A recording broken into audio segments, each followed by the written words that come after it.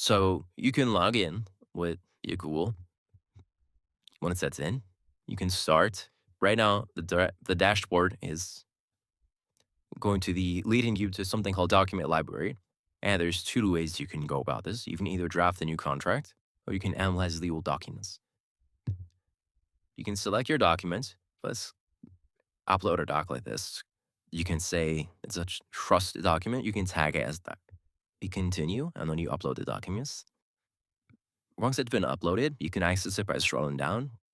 You'll be able to see what you've uploaded over here, and you can download it, you can delete it, and you can also talk to it. So to say, "Hi, what does this document say about Medicaid?" Now, the second use case is you can draft a document. Let's say you go here and you want to pick a lease agreement, mutual NDA, trust. Let's say we wanted to do a lease agreement. You can see that there's a exhaustive list of questions that you are going to take, and we can go ahead and fill this out. Let's just say residential.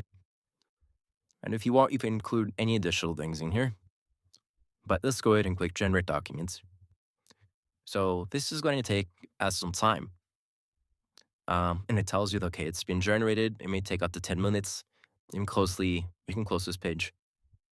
And now when we go to our research assistant, we can talk to it directly. For example, you can say, check my documents and tell me where Nidish work bonito. Tell me what my Medicaid. Tell me what my document said about Medicaid.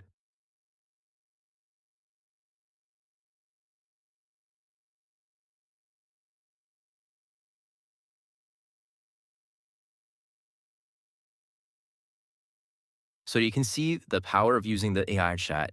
We have a way to talk across our different documents up on the web and tell me how the big, beautiful bill affects with the tax.